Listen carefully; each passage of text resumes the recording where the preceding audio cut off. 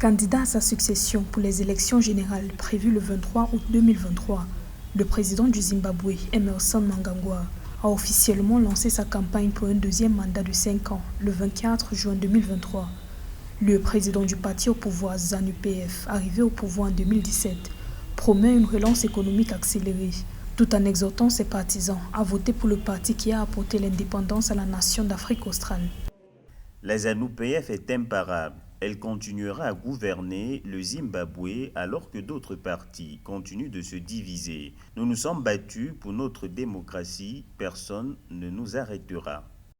Le président zimbabwéen Emmerson Mnangagwa promet une relance dans un contexte de crise économique, avec une inflation élevée et une devise qui a chuté de plus de 50% ce mois de juin par rapport au dollar américain. S'adressant à ses partisans le 24 juin à Chipinge, au sud-est du pays.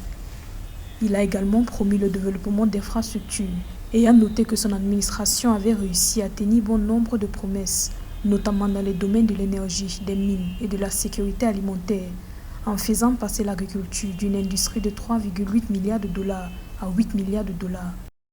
Emmerson Mnangagwa, depuis qu'il est là, quel que soit ce qu'il peut mettre en place comme chantier économique, tant qu'il ne rencontrera pas cette revendication des pays occidentaux concernant l'atténuation des effets de la réforme agraire, l'économie zimbabwéenne va continuer à traîner ces sanctions occidentales comme un boulet. Ce qui a pour conséquence que la monnaie se déprécie, il y a une inflation galopante, il y a un chômage abyssal. Donc, le chantier, c'est d'abord faire lever les sanctions économiques. Pour le président Mnangagwa, les sanctions imposées au Zimbabwe il y a plus de 2 décennies par les pays occidentaux ne doivent pas empêcher les Zimbabwéens de développer leur pays. Il a assuré que le Zimbabwe poursuivra la voie de l'autosuffisance en mobilisant localement des ressources pour construire des infrastructures telles que des routes.